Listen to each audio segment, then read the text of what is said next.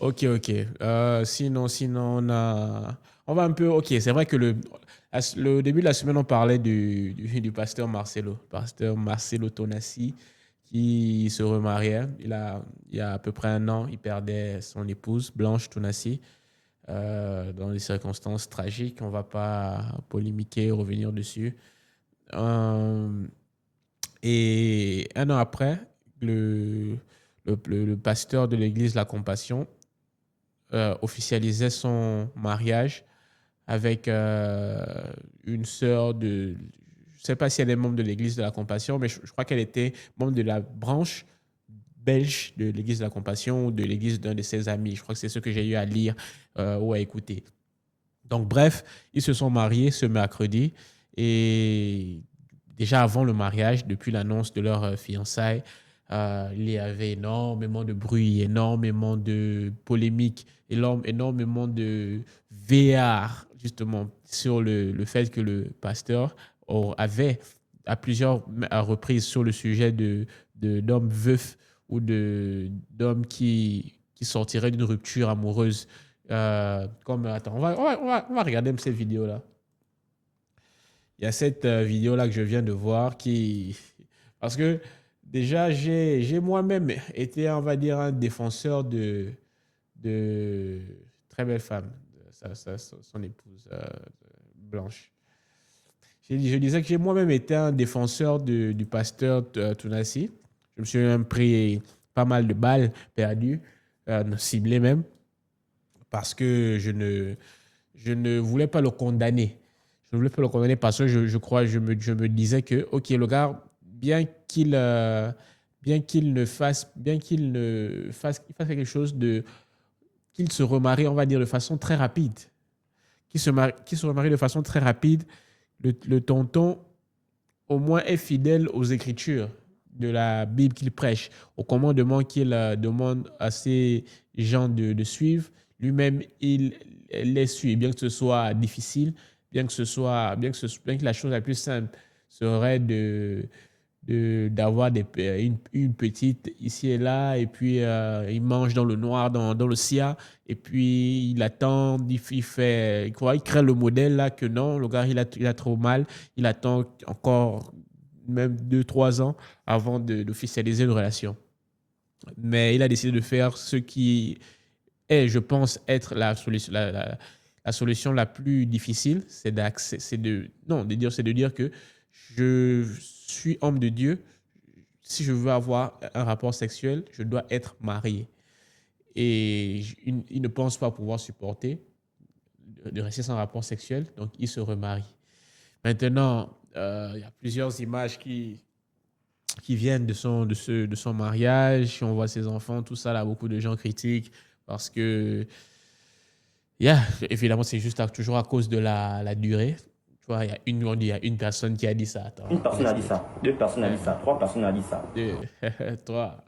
Donc, tout le monde dit la même chose, que le tonton, il n'a pas pris assez de temps, il n'a pas assez de recul pour se remarier et être vraiment à fond sur une nouvelle relation. D'autres vont même plus loin, jusqu'à dire que, ah, la petite là, hein, elle est là depuis même pendant que sa première épouse, Blanche, était encore en vie. C'était donc une chisa. On va pas se mentir, évidemment, c'est uniquement spéculatif. C'est uniquement des on-dit. Il n'y a personne encore qui a prouvé une preuve d'une liaison entre Marcelo et sa nouvelle épouse lors de son premier mariage. Donc, pour l'instant, c'est uniquement les on-dit. Mais disons que, mais admettons, supposons qu'il avait déjà cette go avec lui pendant qu'il avait sa femme, donc il jouait, il gamait, comme la plupart des pasteurs le font. C'est pour ça que ce n'est pas si fou de le penser, bien que j'ai envie de croire qu'il y ait quand même un pasteur qui essaie de faire ce qui la bonne chose, ce qui lui est recommandé, ce qu'il recommande aussi. Mais bon, on n'est pas là. On va juste, de- avant de,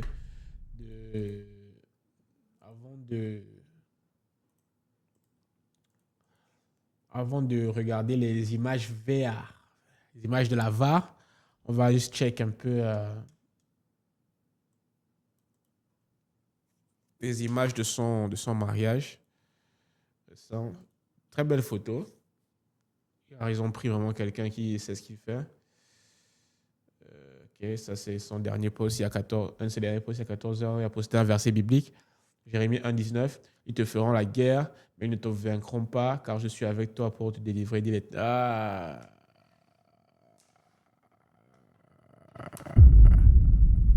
Ah. Une personne a dit ça, deux personnes a dit ça, trois personnes a dit ça. J'aime pas ce genre de statut visé. Ça reste toujours flou et tout. C'est-à-dire que, ok,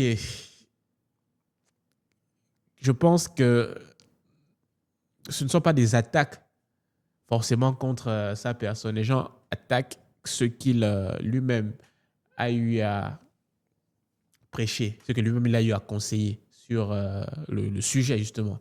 Donc, je ne pense pas que cette sortie soit la plus délicate. Je pense que c'est maladroit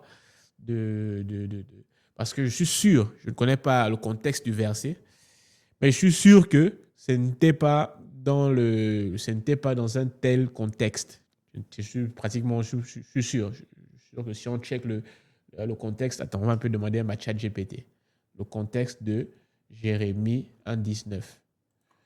Parce que, comme j'ai dit, j'ai vraiment horreur des statuts visés, des petites trucs. Là, c'est faire comme si, non, le monde tombe dessus pour, genre, on essaie de profiter d'un moment de faiblesse ou d'un moment où, oui, il y a un moment de faiblesse pour essayer de t'abattre. Je ne pense pas que ce soit le cas. Je pense pas que, c'est vrai qu'il y a clairement ses ennemis aussi qui se réjouissent du fait que la plupart de beaucoup de gens soient contre son union, mais je ne pense pas que ce soit l'agenda des gens qui le supportaient hier, parce que ce n'est pas uniquement on va dire des ennemis du pasteur Marcel Tounassi qui parlent, ce sont des gens, des casuels, ce sont des personnes qui s'intéressent juste à la culture, ce sont des Congolais, ce sont des Africains en général, ce sont des Bantous, parce qu'on a nous-mêmes aussi nos traditions, notre façon de faire le deuil et tout ça.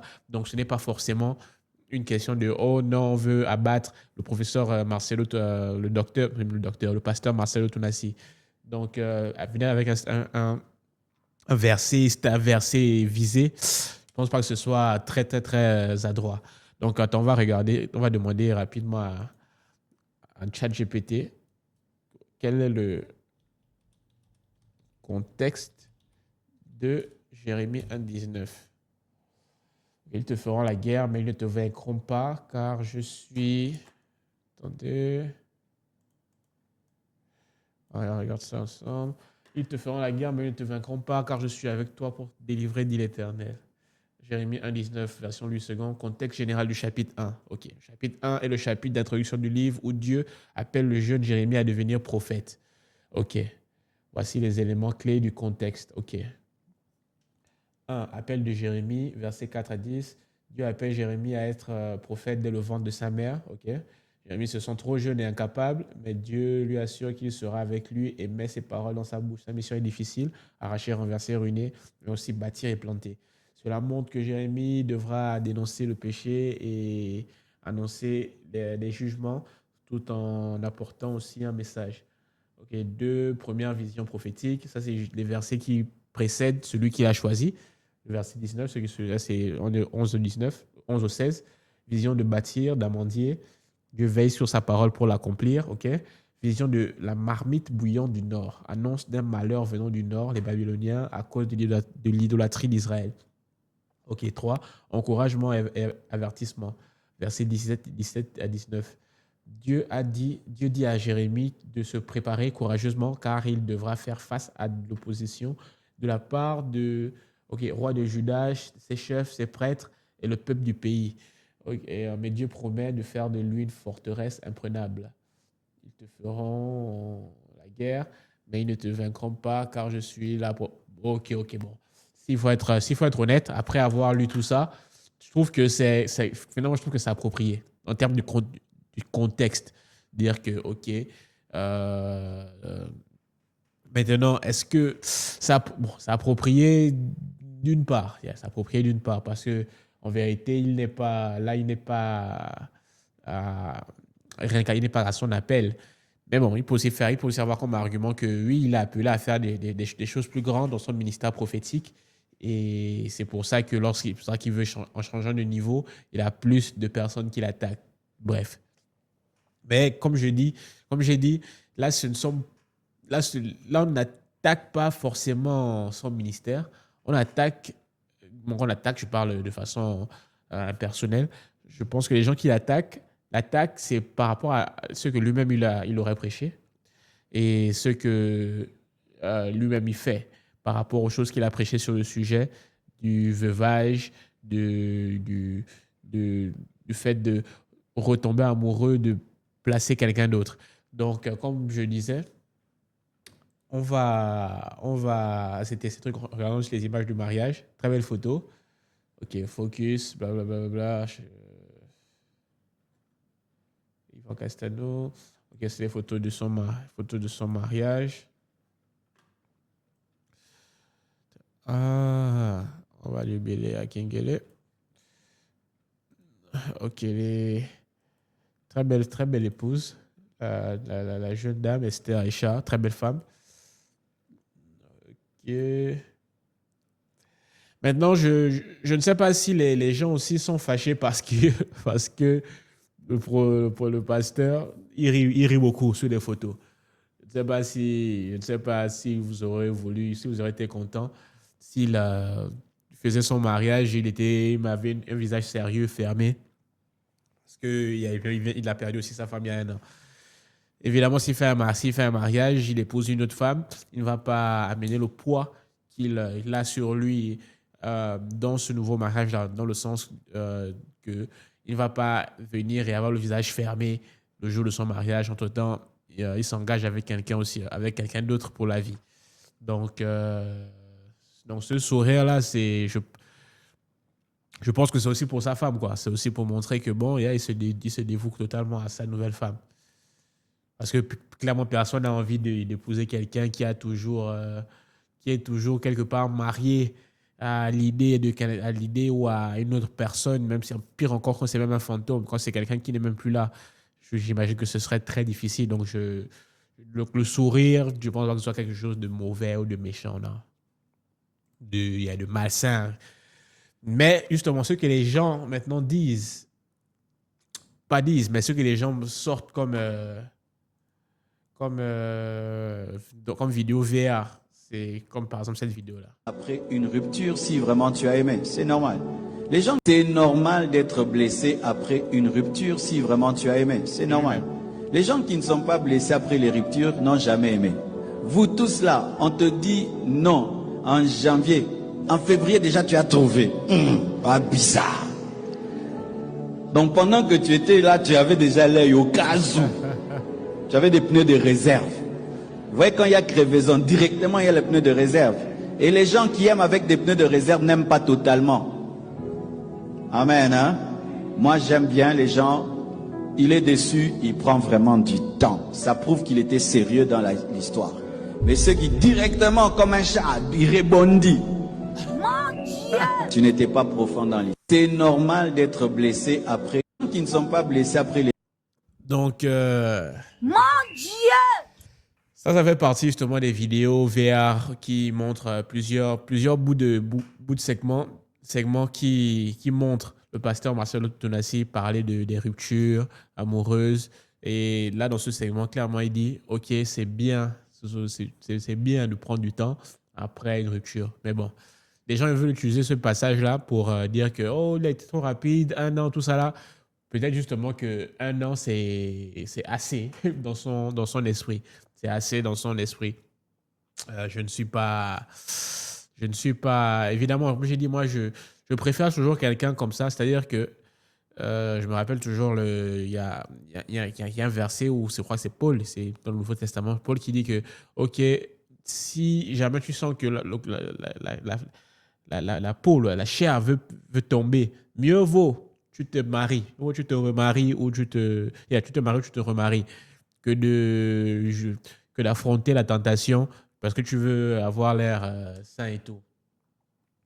Donc, ça c'est mon avis sur l'affaire du pasteur Marcelo. Je pense que, en tout cas, en gros, je pense que le pasteur a plus ou moins bien fait les choses en rapport avec sa propre foi. Il a plus ou moins bien fait les choses. Je pense que c'est uniquement dans le cas où il avait déjà la go en tant que Chisa pendant qu'il était marié à sa première épouse. C'est uniquement là où, ok, là, en fait, juste même le scénario serait 2 fois, 100 fois plus malsain. C'est-à-dire que tu es avec une femme, la femme à qui tu trompes ton épouse, tu l'épouses, 1 an après que celle-ci soit décédée. Ça, ce serait même diabolique. Pardon, j'ai même pas envie de l'imaginer. J'ai envie de prendre juste les faits que l'on a. Et avec les faits que l'on a, je n'arrive pas à condamner le monsieur. Parce que, comme j'ai dit, il suit ce qu'il prêche. Ce qu'il dit aux gens de faire, il le fait. Donc, c'est fait. Il est remarié et vous ne pouvez rien faire d'autre.